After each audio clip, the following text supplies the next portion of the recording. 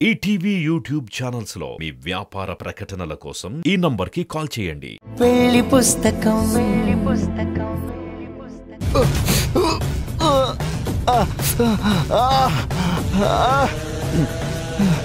అన్నా ఏమైందన్నా? ఒక్క నిమిషం ఆగన్నా.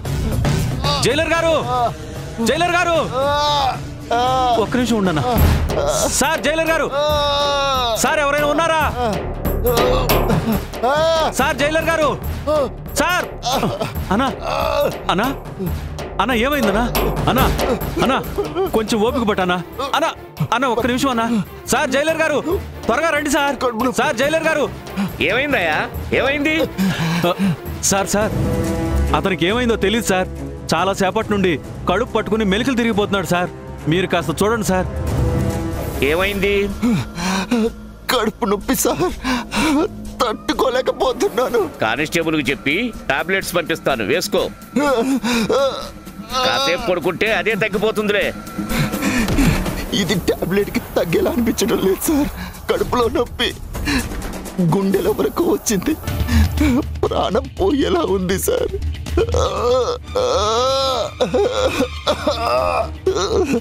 మీకు దండం పెడతాను సార్, నన్ను హాస్పిటల్కి తీసుకెళ్ళండి సార్ ప్లీజ్. కడుపు నొప్పికి ఎవరు చావరయ్యా. ఈ బ్లాక్ లో ఖైదీల్ని బయటికి తీసుకెళ్ళకూడదు.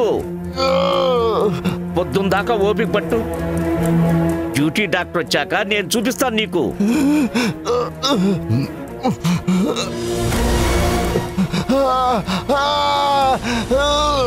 ఏంటి సార్, ఒక ఖైదీ ప్రాణం అంటే మీకు మరీ అంత చులకనగా ఉందా? సార్, సెల్ బయట నుంచుని మాట్లాడటం కాదు సార్, లోపలికి వచ్చి చూడండి సార్. అతని బాధ ఏంటో తెలుస్తుంది. అంత నొప్పిలో కూడా కష్టపడి మాట్లాడుతుంటే మీకు కనికరం లేదా సార్? సార్, కావాలంటే చేతికి సంకెళ్ళేసి తీసుకెళ్ళండి, లేదా కుక్కని గొలుసులతో కట్టినట్టు కట్టి తీసుకెళ్ళండి సార్. అంతేగాని ఈ అన్న ప్రాణాలు నా కళ్ళ ముందు పోకుండా చూడండి సార్. ప్లీజ్ సార్, మీ కాళ్ళు మొక్కుతాను సార్.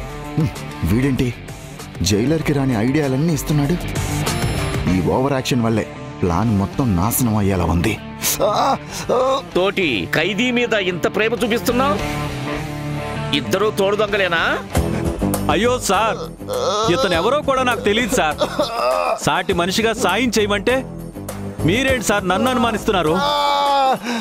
మీకు హెల్ప్ చేయాలని లేకపోతే వెళ్ళిపోండి సార్. ఉదయాన్నే వచ్చి శవాన్ని తీసుకెళ్ళండి సార్.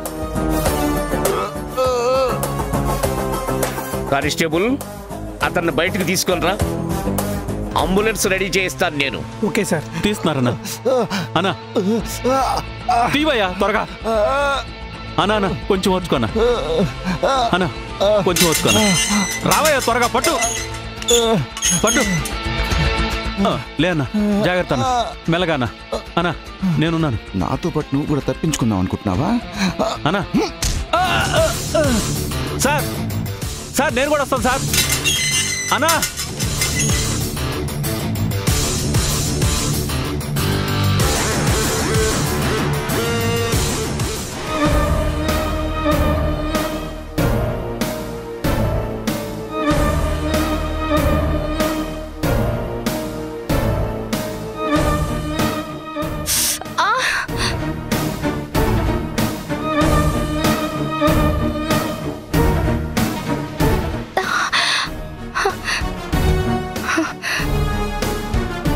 అభి, నొప్పి ఎక్కువగా ఉందా?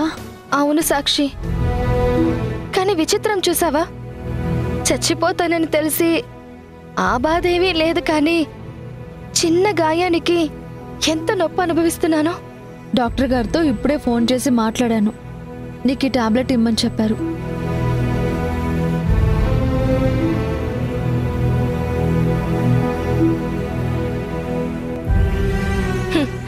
దీనికి కూడా టాబ్లెట్ ఎందుకు? నువ్వు క్రీమ్ రాసావు, ఉదయానికల్లా తగ్గిపోతుందిలే. నువ్వున్న హెల్త్ కండిషన్కి గాయాలు త్వరగా మానవు అని డాక్టర్ గారు చెప్పారు. అందుకే ఈ పసుపు వెన్న తీసుకొచ్చాను. ముందైతే ఈ టాబ్లెట్ వేసుకో.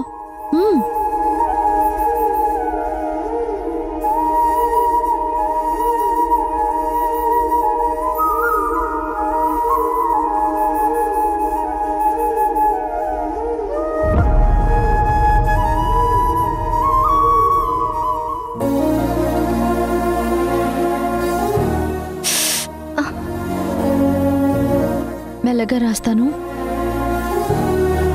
తుఫాను గాలిని అరచేతులు ఆపలేవు. పోయే ప్రాణాన్ని ఈ చిన్నపాటి వైద్యం కాపాడలేదు. నీకెన్నిసార్లు చెప్పినా ఇలాంటి మాటలు మాత్రం ఆపవు. ఇలా మాట్లాడడం వల్ల నాకు కోపం తప్ప నీకేం వస్తుంది? మెల్లగా ఇంట్లో ఒక్కొక్కళ్ళు మెల్లిగా నీ విషయంలో మారుతున్నారు. అది గమనించకుండా చావు గురించి ఆలోచిస్తే నువ్వు ఇక్కడికొచ్చి ప్రయోజనం ఏముంది? ఇక్కడికి రావడం వల్ల నిన్ను బాధ పెట్టడం తప్ప నేనేం చేస్తున్నాను? సిద్ధుకి నందుకి ఎంత దగ్గర అవ్వాలని ప్రయత్నిస్తున్నా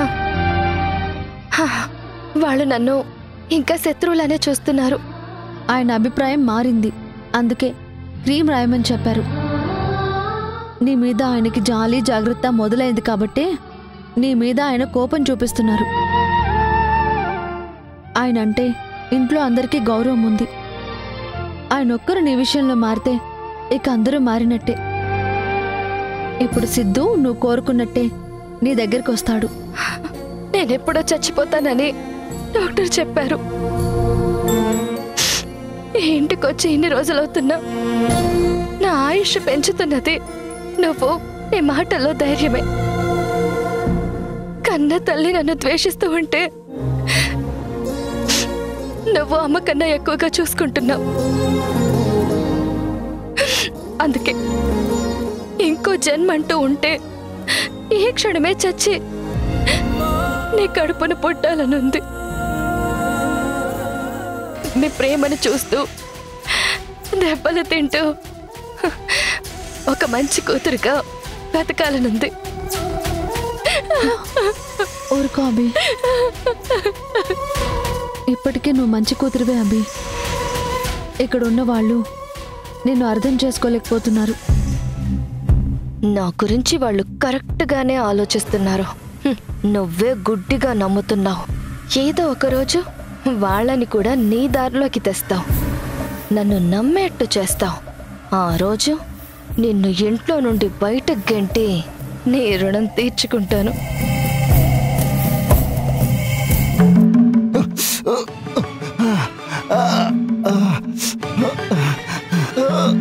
సార్ నొప్పి చాలా ఎక్కువగా ఉంది, తట్టుకోలేకపోతున్నాను సార్. మనం హాస్పిటల్కే వెళ్తున్నాం, కాసేపు ఓపిక పట్టు. సార్ వాటర్ కావాలి సార్. కానిస్టేబుల్ వెళ్ళి మంచినీళ్ళు తీసుకురా, త్వరగా పరిగెత్తు.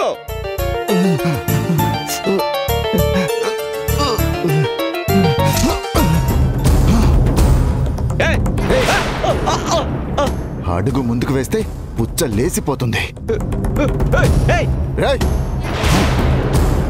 చాలా తప్పు చేస్తున్నావు కళ్యాణ్.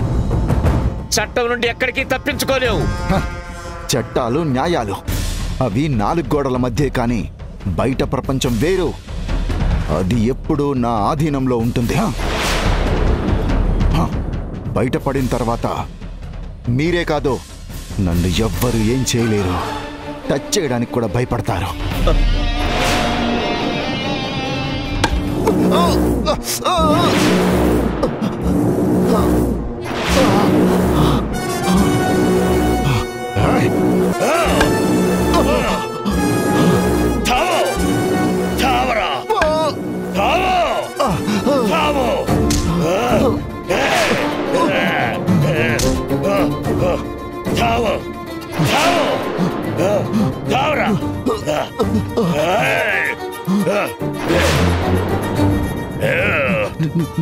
నువ్వేంటిలా? అవునరా, నేనే నీకోసమే జైలుకొచ్చాను. నువ్వెప్పుడు దొరుకుతావని ప్రతిరోజు ఎదురు చూస్తున్నారా? ఆ అవకాశం ఈ రోజు దొరికింది. ఇక నేను చంపకుండా వదలను. వద్దు, అతను చంపద్దు.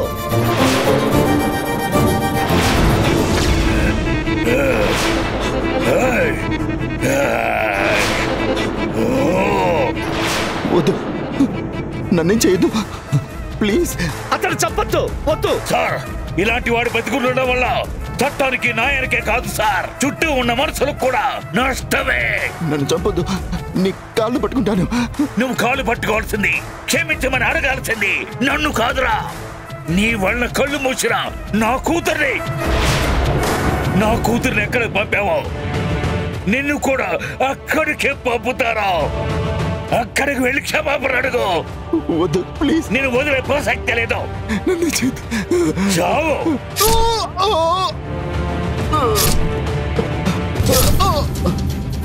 చావురా.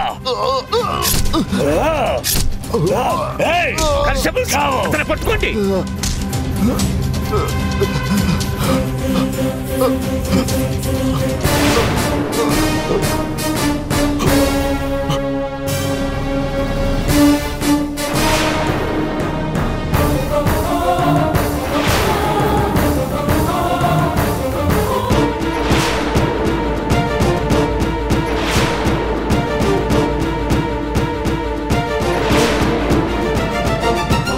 సార్, ఇతను చనిపోయాడు.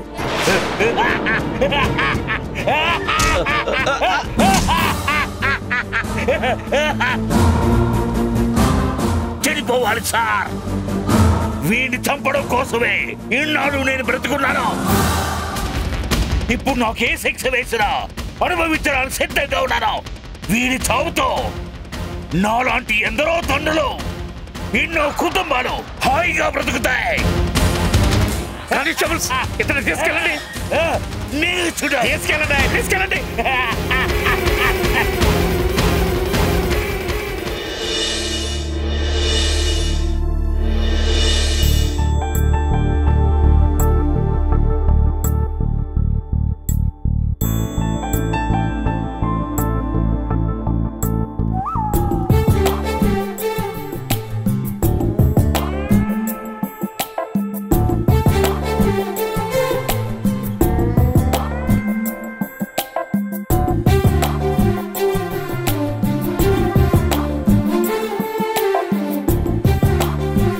పెళ్లికి ఉన్నట్టే దీనికి కూడా ముహూర్తం చూస్తున్నారా ఏంటి?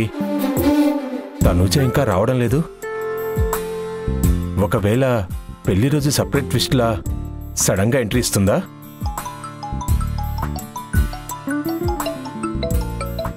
ఈ టైంలో ఎవర్రా?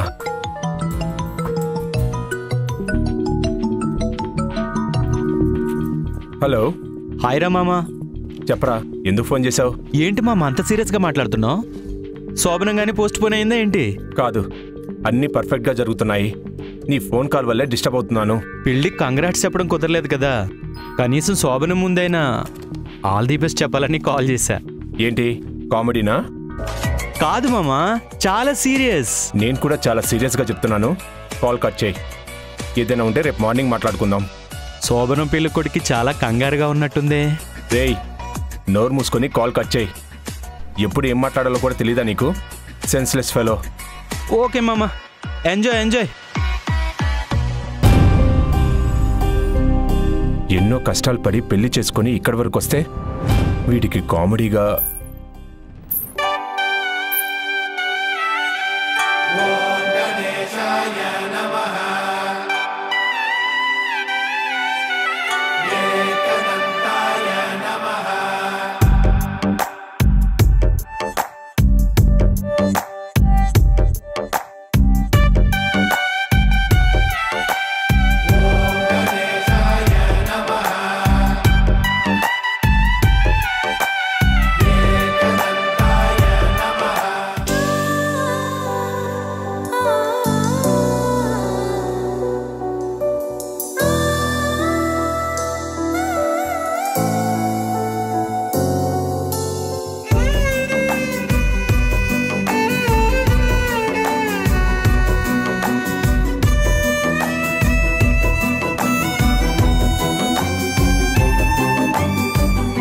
ఏంటలా చూస్తున్నావు?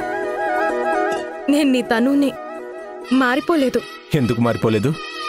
ఈ తెల్ల చీర, ఆ పాల గ్లాస్తో అసలు సిసలైన దేవకన్యలా ఉన్నావు. నిన్ను ఇంత అందంగా, ఇంత దగ్గరగా చూస్తుంటే నాకు టెన్షన్ వచ్చేస్తుంది. టెన్షన్ ఎందుకు? ప్రేమ అంటే తెలియని నాకు ప్రాణంగా ప్రేమించడం ఎలాగో నేర్పించావు. పెళ్ళి అవ్వదు, నా కర్మ ఇంతే అనుకున్న టైంలో నీ మెడలో తాళి కట్టేలా చేసుకున్నావు. ఇన్ని అడ్డంకులు దాటుకొని ఇద్దరం ఒక్కటైన క్షణం వచ్చింది. ఆ మాత్రం టెన్షన్ లేకుండా ఎలా ఉంటాను? పాలు తీసుకో.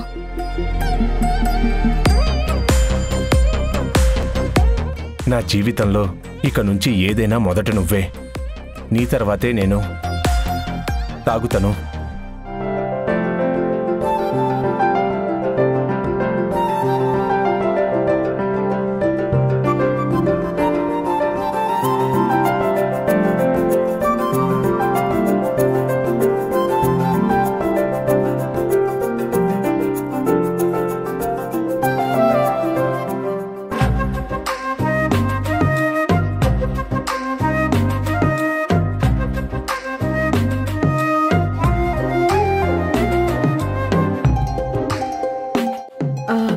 అలా కూర్చుందమ్మా, కాళ్ళు నొప్పులుగా ఉన్నాయి. అయ్యో సారీ. దా కూర్చో. కాలికట్ పెట్టు తనుజా, కాసేపు నొక్కుతాను. ఏంటి, నువ్వు నా కాళ్ళు పట్టుకుంటావా? అవును, తప్పేముంది. కష్టాల్లో తోడుగా ఉంటానని వేదమంత్రాల సాక్షిగా ప్రమాణం చేశాను. ఇలాంటి చిన్న చితక హెల్ప్ చేయకపోతే ఎలా? ఇటివు. సముద్రమంత ప్రేమ, ముత్యమంత మనసు, ఎలాగ దాగి ఉంటుంది లోపల. ఆకాశమంత ప్రణయం, చుక్కలాంటి హృదయం, ఇలాగ బయట పడుతోంది వేళ. నడియలాంటి ప్రాణం, నడిమేఘానితో ప్రయాణం. ఏంటి తను? ఏమైంది? ఈరోజు కూడా ఈ కన్నీళ్ళేంటి?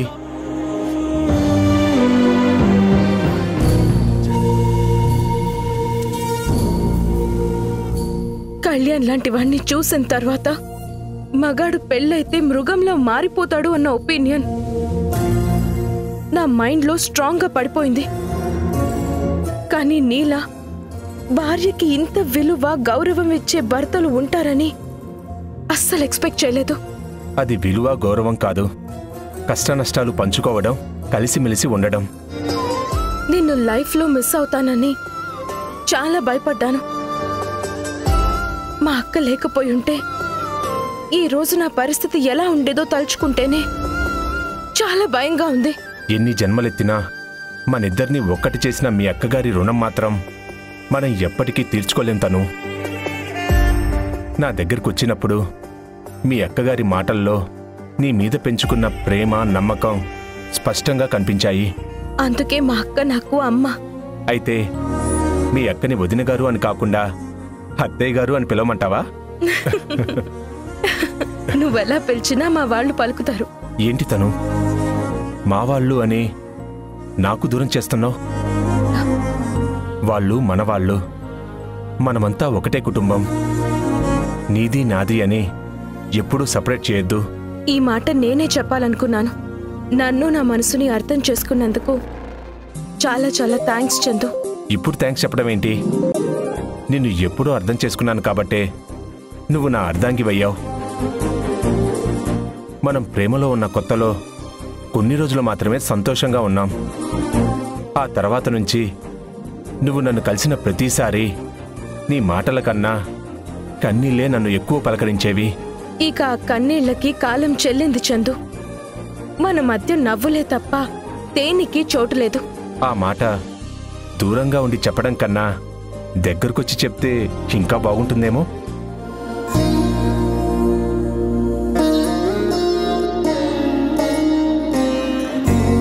ఈ దగ్గర చాలా, ఇంకొంచెం.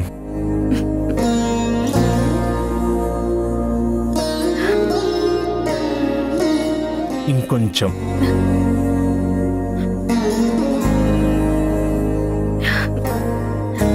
చాలా. ఇప్పుడు కరెక్ట్గా ఉంది. చెప్పు. ఇంత దగ్గరికి వచ్చాక ఇంకేం చెప్పలేను.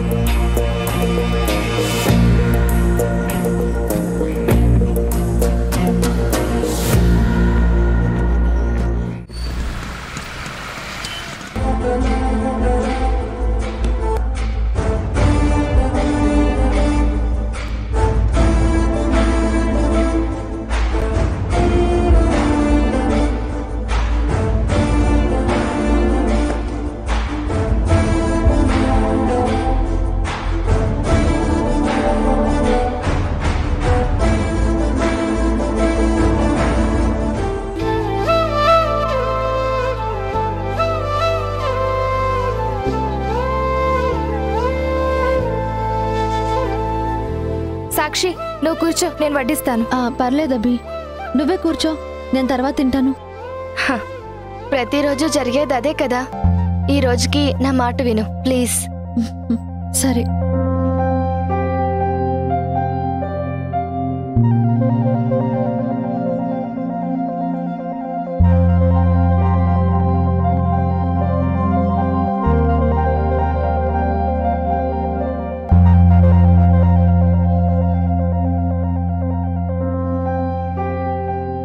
అమ్మా, నీకేమైనా కర్రీ కావాలా?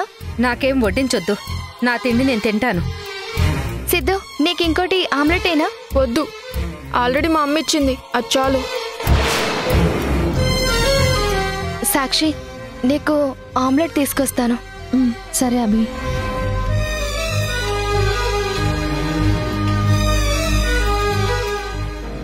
ఈ రోజు ఏంటో కానీ కొంచెం తిన్నా కడుపు నిండిపోయినట్టు అనిపిస్తోంది. నాకైతే ఆకలి చచ్చిపోయింది. నాకు కూడా సేమ్ ఫీలింగ్ అమ్మమ్మ. సిద్ధు,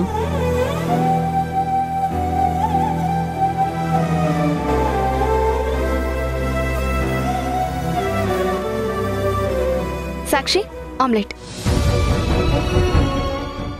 ఇంకా ఫ్రిడ్జ్ లో ఎగ్స్ ఉన్నాయా? లేవబి, ఇదొక్కటే ఉంది. అయ్యో అవునా? మరి నందుకి? పర్లేదు, నేను షేర్ చేస్తాను.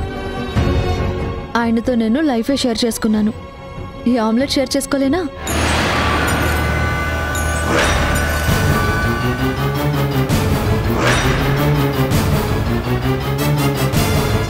ఇది చూడండి అయ్యా.